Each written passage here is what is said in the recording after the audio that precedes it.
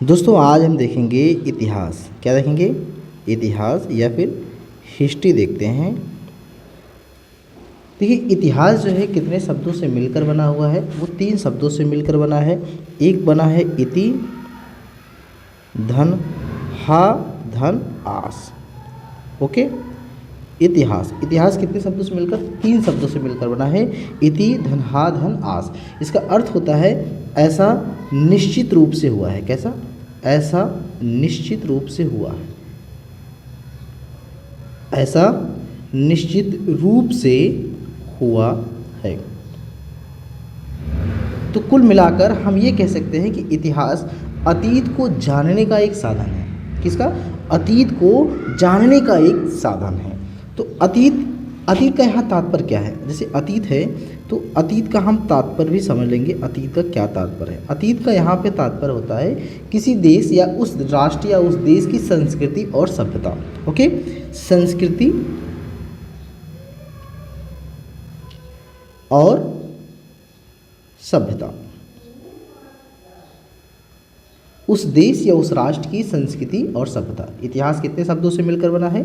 इतिहास 3 शब्दों से मिलकर बना है। इति, धन हा, धन आस, जिसका अर्थ होता है ऐसा निश्चित रूप से हुआ है। इतिहास अतीत को जानने का एक साधन है। और अतीत का तात्पर्य क्या है? अतीत का तात्पर्य है उस राष्ट्र या उस देश की संस्कृति और सभ्यता। यहाँ पर संस्कृति का जो अर्थ होता है, संस्कृति का अर्थ मानवीय क्रियाकलाप हो जाएगा।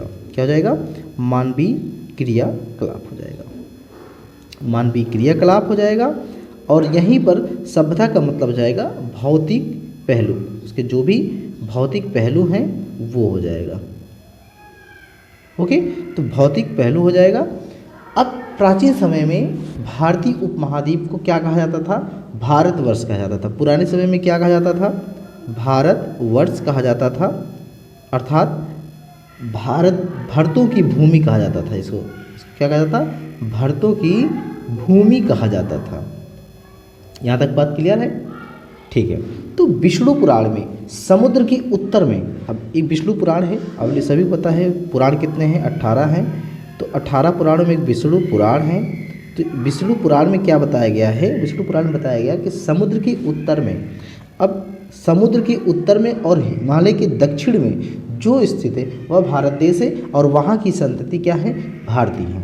भारत की कुछ अलग अलग नाम भी हैं। जैसे आपने सुना होगा जम्बू द्वीप। जम्बू द्वीप है। भारतवर्ष है। उसके बाद हिंदुस्तान है।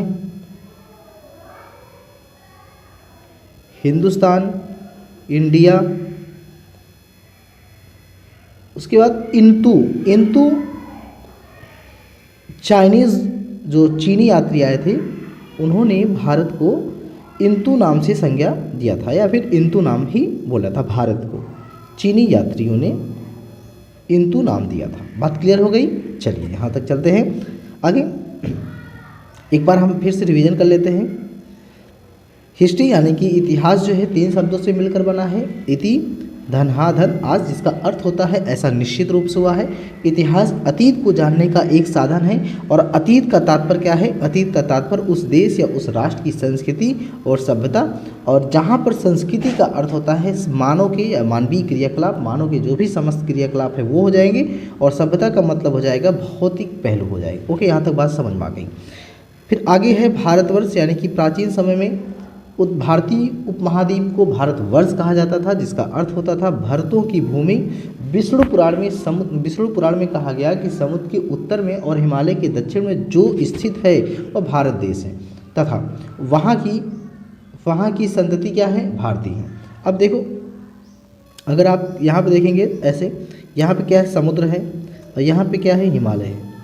ओके, तो सबको पता है कि ये ईस्ट है, ये साउथ है, ये नॉर्थ है और ये वेस्ट है। अब ये कह रहा है समुद्र के उत्तर में क्या? समुद्र, ये तो समुद्र है, ये क्या है? समुद्र है। समुद्र के उत्तर में और हिमालय के दक्षिण में जो भी स्थित है, जो भाग स्थित है उसे भारत देश कहते हैं, अर्थात वहाँ की जो भी संतति है यानी कि संतान है वो सभी भारतीय हैं। भारत के कुछ नाम भी हैं, जैसे जम्बू द्वीप हो जाएगा, भारतवर्ष है, हिंदुस्तान है, इंडिया है, इंतु नाम है, चीनी यात्री ने दिया था, इसलिए ये इंतु हो जाएगा। ओके, यहाँ पर तब बात क्लियर हो गई। ठीक है, आगे हम देखेंगे भारत का इतिहास। भारत का इतिहास, भारत का इतिहास 3 भाग में बटा है। एक बटा है प्राचीन भारत का इतिहास, प्राचीन भारत का इतिहास। दूसरा जो बटा है वो मध्यकालीन भारत का इतिहास है, मध्यकालीन भारत का इतिहास।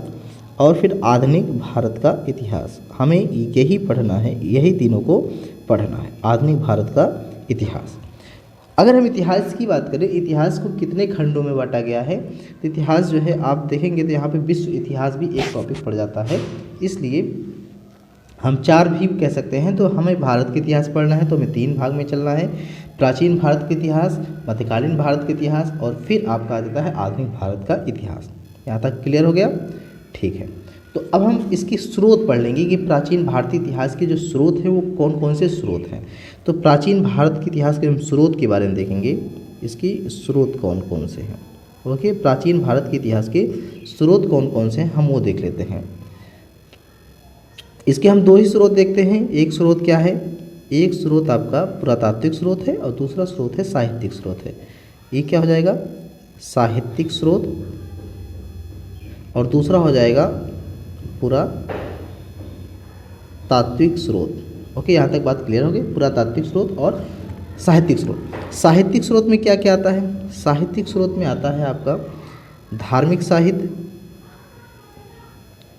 उसके बाद लौकिक साहित्य, फिर विदेशी का विवरण, विदेशी का विवरण। इसमें क्या क्या आता है, पुरातात्विक में क्या क्या आ जाता है, अभिलेख आ जाता है, सिक्का आ जाता है, फिर उसके बाद स्थापत्य यानी कि जो भी मंदिर हैं, मूर्ति हैं, वो सभी इसमें आ जाते हैं। ओके, यहाँ तक बात समझ में आ गई। चलिए एक बार अब वापस देख लेते हैं। इतिहास कितने शब्दों से मिलकर बना है, 3। इति, धन, हा, धन, आस, इतिहास। इतिहास इसका अर्थ क्या होगा, ऐसा निश्चित रूप से हुआ है, ऐसा निश्चित रूप से हुआ है। इतिहास क्या है, इतिहास अतीत को जानने का एक साधन है। और अतीत का तात्पर्य क्या है, अतीत का तात्पर्य उस देश या उस राष्ट्र की संस्कृति और सभ्यता है। जहाँ पर संस्कृति का अर्थ मानवीय क्रियाकलाप है, वहीं पर सभ्यता का अर्थ है उसके भौतिक पहलू। वहीं पर हम अगर पुराने समय में बात करें, प्राचीन समय भारतीय उपमहाद्वीप को क्या कहा जाता है, उपमहाद्वीप को भारतवर्ष कहा जाता था, अर्थात भारतों की भूमि कहा जाता था। विष्णु पुराण में कहा गया कि समुद्र के उत्तर में और हिमालय के दक्षिण में जो स्थित है वह भारत देश है और उसकी संतानें क्या हैं, भारतीय हैं। भारत की कुछ अनेक नाम भी हैं, जैसे जम्बू द्वीप नाम है, फिर भारतवर्ष नाम है, हिंदुस्तान है, इंडिया है, इंतु का नाम दिया था चीनी यात्री ह्वेनसांग ने। यहाँ तक बात क्लियर हो गई।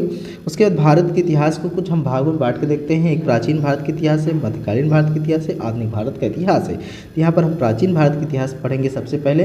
अब इसके बाद प्राचीन भारत इतिहास के कुछ स्रोत हैं, उसके स्रोत 2 हैं, एक साहित्यिक स्रोत है और दूसरा है पुरातात्विक स्रोत। साहित्यिक स्रोत में धार्मिक ग्रंथ है, विदेशियों का विवरण है, लौकिक साहित्य है। और उसके बाद पुरातात्विक स्रोत में क्या है, अभिलेख है, सिक्के हैं और उसके बाद जो है स्थापत्य कला है।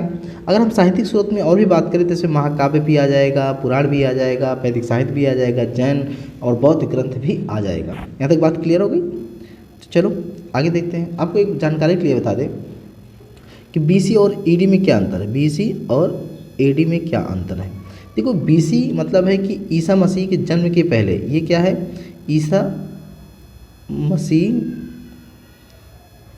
के जन्म के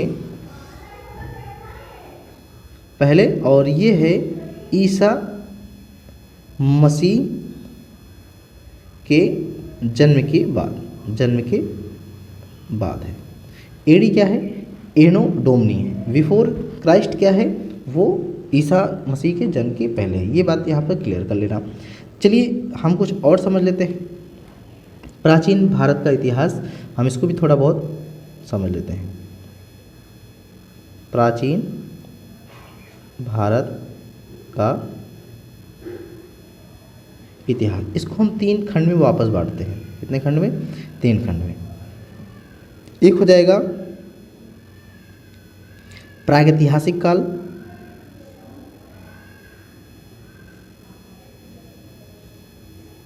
प्रागैतिहासिक काल, दूसरा हो जाएगा आधि ऐतिहासिक काल,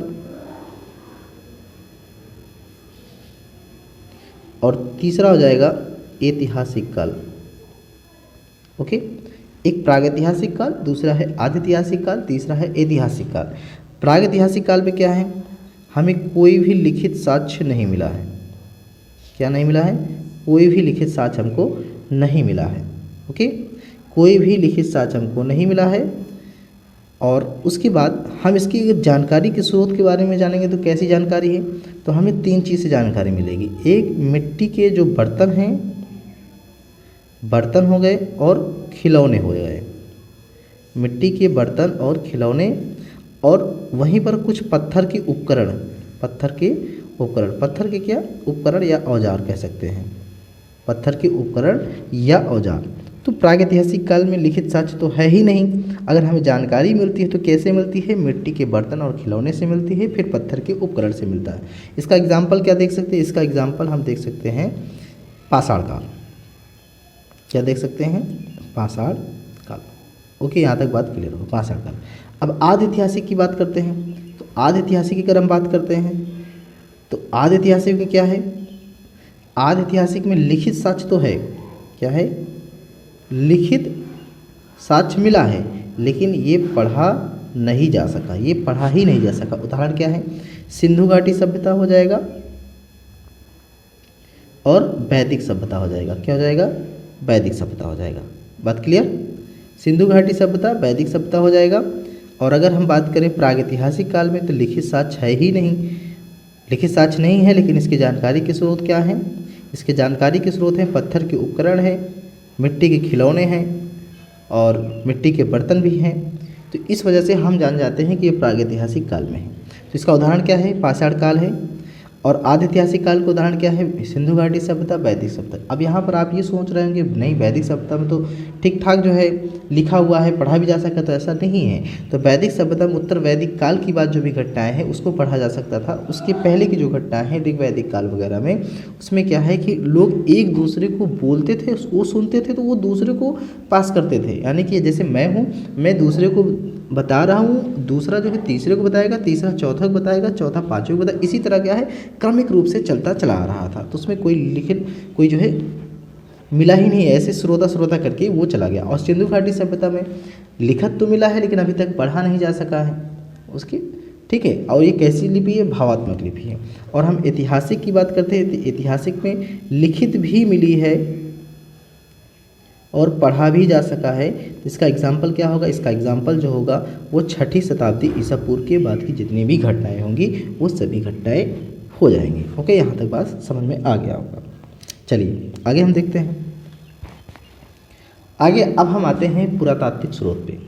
ओके, तो जो भी हमारा भारतीय इतिहास के जो स्रोत हैं हम उस पर आ जाते हैं। भारतीय इतिहास के स्रोत कितने हैं? 2 हैं। आपने देखा कि भारतीय इतिहास के स्रोत कितने हैं? एक साहित्यिक स्रोत है, दूसरा पुरातात्विक स्रोत है। तो हम आते हैं पुरातात्विक स्रोत पे। तो पुरातात्विक स्रोत में क्या क्या है? जैसे अभिलेख हो जाएगा, सिक्का हो जाएगा, ठीक है। उसके बाद स्थापत्य, मूर्तिकला, चित्रकला, ये सब हो जाते हैं। तो सबसे पहले हम देखेंगे अभिलेख। क्या देखेंगे? अभिलेख देख लिया। अब देखो अभिलेख का अध्ययन को क्या कहते हैं? यहाँ पे आप लोग नोट कर लीजिएगा। अभिलेख के अध्ययन को एपिग्राफी कहते हैं। क्या कहते हैं? एपिग्राफी कहते हैं। अभिलेख का अध्ययन एपिग्राफी। अभिलेख का अध्ययन क्या? एपिग्राफी। अभिलेख का अध्ययन क्या होगा? एपिग्राफी। अभिलेख का अध्ययन क्या होगा? एपिग्राफी होगा। एपिग्राफी क्या है? अभिलेखों का अध्ययन है। एपिग्राफी क्या है? अभिलेखों का अध्ययन। चाहे जैसे कान पकड़ो, चाहे इधर से पकड़ो, चाहे इधर से पकड़ो। अभिलेख का अध्ययन एपिग्राफी, एपिग्राफी अभिलेख का अध्ययन, ठीक है। एक है पेलियोग्राफी, आपने सुना होगा पेलियोग्राफी। पेलियोग्राफी क्या है? प्राचीन लिपियों का अध्ययन है। क्या है? प्राचीन लिपियों का अध्ययन है। क्या? पुराने जो लिपि हैं उनका अध्ययन क्या है? पेलियोग्राफी है। तो प्राचीन लिपियों का अध्ययन पेलियोग्राफी, प्राचीन लिपियों का अध्ययन पेलियोग्राफी, और अभिलेख का अध्ययन एपिग्राफी। बात क्लियर? ये हो जाएगा अभिलेख का अध्ययन और ये हो जाएगा प्राचीन लिपियों का अध्ययन हो जाएगा। बात ठीक ठीक। तो अभिलेख क्या होता है? अभिलेख दरअसल क्या होता है, ये पत्थर या फिर कठोर धातु पर लिखा जाता था।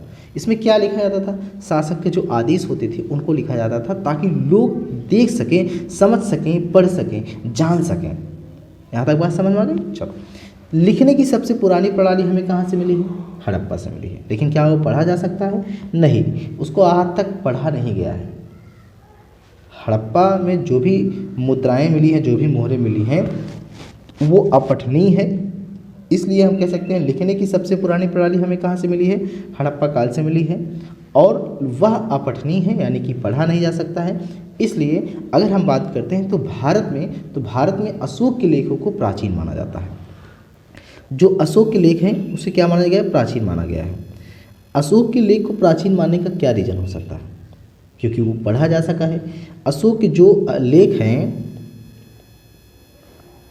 अशोक के जो लेख हैं वो पढ़ा जा सकता है, और इसलिए उसको हम सबसे प्राचीन मानते हैं। और इस अशोक के लेख को पढ़ा कौन था? James Prinsep. कब पढ़े थे भाई साहब? ये 1837 ईस्वी में पढ़े थे। ये समझ लीजिए आईएएस का एक क्वेश्चन है, ये पूछा था गया था एक बार आईएएस में कि सर्वप्रथम अशोक के अभिलेख को किसने पढ़ा था? तो जेम्स प्रिंसेप ने पढ़ा था। ये बात क्लियर हो गई आप लोग? ठीक है।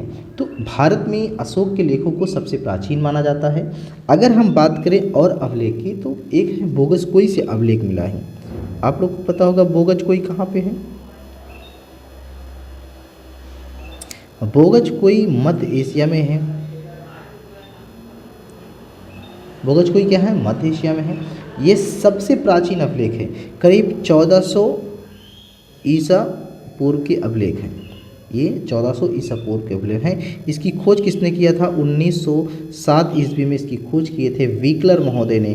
कौन? वीकलर महोदय ने इसकी खोज किया था। और इसकी जो लिपि है वो कीलक लिपि है। कौन सी लिपि है? कीलक लिपि है। और अगर हम वही बात करें अशोक की जो लिपि है, अशोक की कैसी लिपि है? हम आपको एक एग्जाम्पल, एक जस्ट जो है आपको ट्रिक बता रहे हैं। बाकू क्या है? बाकू। बाकू मतलब है ब्राह्मी। ओके। अरमाइक, ए मतलब अरमाइक, के मतलब खरोष्ठी, यू मतलब यूनानी। ये 4 लिपि हैं, ब्राह्मी, अरमाइक, खरोष्ठी और यूनानी अशोक के। बात यहाँ तक समझ में आ गई? ठीक है। तो ये जो बोगजकोई अभिलेख है ये कहाँ से मिला है? मध्य एशिया से। आज के समय में वो ईरान है। और इसकी जो लिपि है वो कीलक लिपि है। और साथ में इसकी 1907 में बीकलर महोदय ने इसकी खोज किया था, और सबसे प्राचीन अभिलेख है। बात यहाँ तक ठीक है। अब हम आते हैं कुछ सिक्के पे, समझ लेते हैं सिक्का।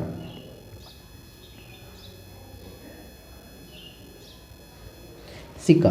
भारतीय मुद्रा शास्त्र के जनक को किसे कहा जाता है? भारतीय मुद्रा शास्त्र के जनक जेम्स प्रिंसेप हैं। इसको नोट कर लीजिएगा, जेम्स प्रिंसेप। कौन है ये भाई?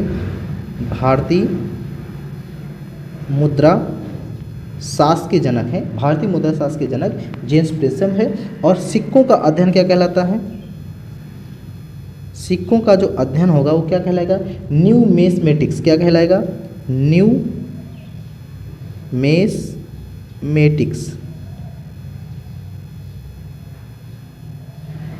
सिक्कों का अध्ययन न्यूमेस्मेटिक्स। अभिलेख का अध्ययन एपिग्राफी। प्राचीन लिपियों का अध्ययन पेलियोग्राफी। सिक्कों का अध्ययन न्यूमेस्मेटिक्स। सिक्कों का अध्ययन न्यूमेस्मेटिक्स। सिक्कों का अध्ययन न्यूमेस्मेटिक्स। न्यूमेस्मेटिक्स किस अध्ययन में आता है भाई? सिक्कों का अध्ययन में आता है। एपिग्राफी अभिलेख का अध्ययन में। पेलियोग्राफी प्राचीन लिपियों का अध्ययन में आ जाता है। इसमें कोई डाउट, कोई दिक्कत नहीं। चलिए ठीक है। अब हम समझ लेते हैं। तो प्राचीन समय में भारत में जो सिक्के होते थे वो कैसे सिक्के होते थे? वो आहत सिक्के होते थे। कैसे सिक्के होते थे? आहत या फिर पंचमार्क सिक्के होते थे। कैसे होते थे? पंचमार्क या फिर आहत सिक्के होते थे। ये ऐसे सिक्के जो होते थे वो ज़्यादातर क्या होते थे? चांदी के होते थे। ज़्यादातर क्या होते थे? चांदी के होते थे। और कुछ मात्रा में तांबा के भी होते थे। कुछ मात्रा में ये तांबे के भी होते हैं, लेकिन ज़्यादातर क्या होते थे? चांदी के होते थे। अब आहत सिक्का कैसे बनता था? आहत सिक्का जैसे मान लीजिए ये सिक्का है, इसी पे ठप्पा मार दिया जाता था। तो ठप्पे में कोई शब्द नहीं लिखा जाता था, शब्द नहीं होता था। और कोई जो है लेख अंकित नहीं होता था, लेख भी कोई अंकित नहीं होता था। साहित्य में इन सिक्कों को करसापड़ कहा जाता था, इसको सब नोट कर लेना, क्या कहा जाता था, करसापड़ कहा जाता था। साहित्य में इन्हीं सिक्कों को क्या कहा जाता था, करसापड़ कहा जाता था।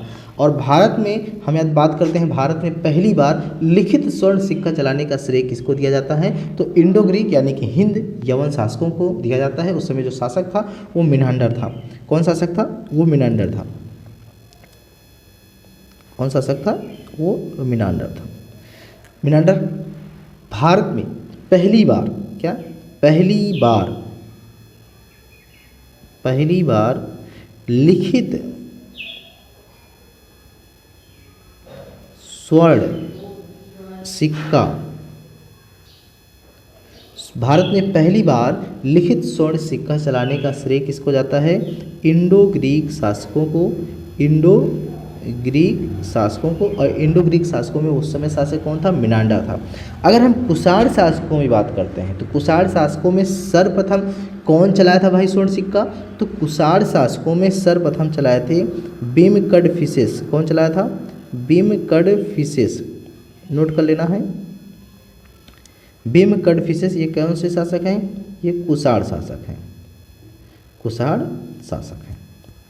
तो सर्वप्रथम कुषाण शासकों में बिमकडफिसेस ने चलाया था। और गुप्त शासकों में अगर सर्वप्रथम बात करें तो गुप्त शासकों में चंद्रगुप्त प्रथम ये गुप्त शासकों में थे। तो गुप्त शासकों में सर्वप्रथम स्वर्ण सिक्का किसने चलाया था, चंद्रगुप्त प्रथम, ये भी स्वर्ण सिक्का चलाए थे। यहाँ तक बात क्लियर हो गई। अब सोचो कौन कौन चलाया था। भारत में पहली बार लिखित स्वर्ण सिक्का चलाने का श्रेय इंडो ग्रीक शासकों को जाता है। इंडो ग्रीक शासकों में कौन शासक है भाई, इंडो ग्रीक शासक में कौन शासक है, मिनांडर शासक थे, पहली बार लिखित स्वर्ण सिक्का चलाए थे। उसके बाद कुषाण शासकों की बात करें तो कुषाण शासकों में बिमकडफिसेस थे, बिमकडफिसेस ने भी स्वर्ण सिक्का चलाया था। और वहीं अगर हम बात करें गुप्त शासकों में कौन सा शासक था जिसने स्वर्ण सिक्का सर्वप्रथम चलाया था, तो चंद्रगुप्त प्रथम ने चलाया था। बात क्लियर। एक बार हम वापस रिवीजन कर लेते हैं। हिस्ट्री यानी कि इतिहास, इतिहास 3 शब्दों से मिलकर बना होता है, इति धन धन आस। इतिहास का अर्थ होता है ऐसा निश्चित रूप से हुआ है। इतिहास क्या है, इतिहास अतीत को जानने का एक साधन है। और अतीत का तात्पर्य क्या है, उस देश या उस राष्ट्र की संस्कृति या सभ्यता। और जहाँ संस्कृति का अर्थ होता है मानवीय क्रियाकलाप, यानी कि मानव के जो समस्त क्रियाकलाप हैं वो संस्कृति में आ जाता है। और जो सभ्यता में वो भौतिक पहलू आ जाते हैं। और प्राचीन समय में भारतीय उपमहाद्वीप को क्या कहा जाता था, भारतवर्ष कहा जाता था, अर्थात भारतों की भूमि कहा जाता था। और विष्णु पुराण में क्या कहा जाता था कि समुद्र के उत्तर में, समुद्र है तो समुद्र के उत्तर में और हिमालय के दक्षिण में जो भाग स्थित है वो भारत है। और यहाँ के जो लोग हैं वो भारतीय हैं। बात क्लियर हो गई। प्राचीन समय में भारत को जम्बूद्वीप, भारतवर्ष, हिंदुस्तान, इंडिया और इंतु कहा जाता था। इंतु चीनी यात्री बोलते थे। ओके। भारत के इतिहास 3 भाग में बांटा गया है, प्राचीन भारत का इतिहास, मध्यकालीन भारत का इतिहास, आधुनिक भारत का इतिहास। और इसके स्रोत क्या है, साहित्यिक स्रोत है और दूसरा है पुरातात्विक स्रोत है। साहित्यिक स्रोत में क्या है, धार्मिक ग्रंथ है, विदेशियों के विवरण है, बौद्ध जैन धर्म ग्रंथ हैं, ये सब सभी आ जाते हैं। ब्राह्मण ग्रंथ है, आरण्यक भी आ जाते हैं। और पुरातात्विक स्रोत में क्या है, अभिलेख आ जाएंगे, सिक्के आ जाएंगे, स्थापत्य आ जाएंगे, जिसमें पुरातात्विक स्मारक है, जैसे इमारत हो जाएगा, मंदिर हो जाएगा, मूर्ति हो जाएगा, चित्रकला, ये सभी आ जाएंगे। BC क्या है, BC ईसा मसीह के जन्म के पहले, और AD क्या है, ईसा मसीह के जन्म के बाद। प्राचीन भारत के इतिहास 3 भाग में बटा है, प्रागैतिहासिक काल, आधैतिहासिक काल, ऐतिहासिक काल। प्रागैतिहासिक काल में लिखित साक्ष्य है ही नहीं। जब लिखित साक्ष्य है ही नहीं तो हम इसके बारे में कैसे जानेंगे। इसके बारे में हम 3 प्रकार जानेंगे, मिट्टी के बर्तन और मिट्टी के खिलौने से, दूसरा जो पत्थर के उपकरण हैं। जैसे एग्जाम्पल क्या है, पाषाण काल हो जाएगा। आधैतिहासिक काल में क्या है, आधैतिहासिक काल में लिखित साक्ष्य तो है लेकिन पढ़ा नहीं जा सका है। इसका एग्जाम्पल क्या है, सिंधु घाटी सभ्यता और फिर उसके बाद वैदिक सभ्यता। ऐतिहासिक काल में क्या है, लिखित साक्ष्य भी है, पढ़ा भी जा सका है। इसका एग्जाम्पल क्या है, 6ठी शताब्दी ईसा पूर्व है। ओके। यहाँ पर अभिलेख है, अभिलेख के बारे में क्या है, एपिग्राफी है। एपिग्राफी क्या है, अभिलेख का अध्ययन है। एपिग्राफी क्या है, अभिलेख का अध्ययन है। पेलियोग्राफी क्या है, प्राचीन लिपियों का अध्ययन होता है। और जो अभिलेख होते हैं दरअसल वो किसी पत्थर या फिर कठोर धातु पर लिखा जाता था, और उसमें क्या लिखा जाता था, उस समय जो भी शासक होते थे अपने आदेश लिखवाते थे, ठीक, अपने आदेश अपने रूल्स लिखवाते थे ताकि लोग देख सकें, जान सकें, पढ़ सकें। और लिखने की सबसे पुरानी प्रणाली हमें कहाँ से मिली, हड़प्पा से मिली है, लेकिन वह अपठनीय है, अर्थात उसे पढ़ा नहीं जा सका है। इसलिए भारत में अशोक के लेखों को सबसे प्राचीन माना जाता है। 1837 ईस्वी में जेम्स प्रिंसेप ने इस अभिलेख को पढ़ा था, कि इस अशोक के अभिलेख को पढ़ा था। उसके बाद जो अशोक के अभिलेख की लिपि है वो ब्राह्मी, खरोष्ठी, अरमाइक और यूनानी है। इसको हम शॉर्ट फॉर्म में याद करना चाहते हैं तो बाकू के नाम से याद कर ले सकते हैं। ओके, यहाँ तक बात क्लियर होगी। और अगर हम सबसे पुरानी अभिलेख की बात करते हैं तो सबसे पुरानी अभिलेख है बोगजकुई से मिला है, मध्य एशिया में है, जो कि ये सबसे प्राचीन माना जाता है। इसकी लिपि कीलक है, इसको पढ़े हैं 1907 ईस्वी में बीकलर महोदय ने इसकी खोज की है, और 1400 ईसा पूर्व ये सबसे पुरानी है। अब हम बात करते हैं सिक्के की। भारतीय मुद्रा शास्त्र के जनक कौन है, जेम्स प्रिंसेप है। और सिक्कों का अध्ययन क्या कहलाता है, न्यूमेस्मेटिक्स कहलाता है। सिक्कों का अध्ययन क्या कहलाता है, न्यूमेस्मेटिक्स कहलाता है। और सिक्के जो भारत के पुराने सिक्के थे उन्हें पंचमार्क या आहत सिक्के कहा जाते थे, और ज़्यादातर ये सिक्के चांदी के होते थे और कुछ मात्रा में तांबे के भी सिक्के होते थे। और इन सिक्के को ठप्पा मारकर बनाया जाता था, और इसमें कोई शब्द, कोई लेख, कोई डेट अंकित नहीं होता था। और साहित्य में क्या होता था, साहित्य में इन्हीं सिक्कों को कटसापड़ कहा गया। और भारत में पहली बार लिखित स्वर्ण सिक्का चलाने का श्रेय किसको जाता है, इंडो ग्रीक या हिंद यवन शासकों को जाता है। उस समय का शासक कौन था, उस समय मेनांडर शासक था। और उसके बाद अगर हम कुषाण शासकों की बात करें, कुषाण शासकों में सर्वप्रथम कौन सिक्का चलवाया था, बिम्ब कटफिशिस ने चलवाया था स्वर्ण सिक्का। और गुप्त शासकों में अगर सर्वप्रथम कौन सिक्का चलवाया था, चंद्रगुप्त प्रथम ने सर्वप्रथम स्वर्ण सिक्का चलवाया था। ओके।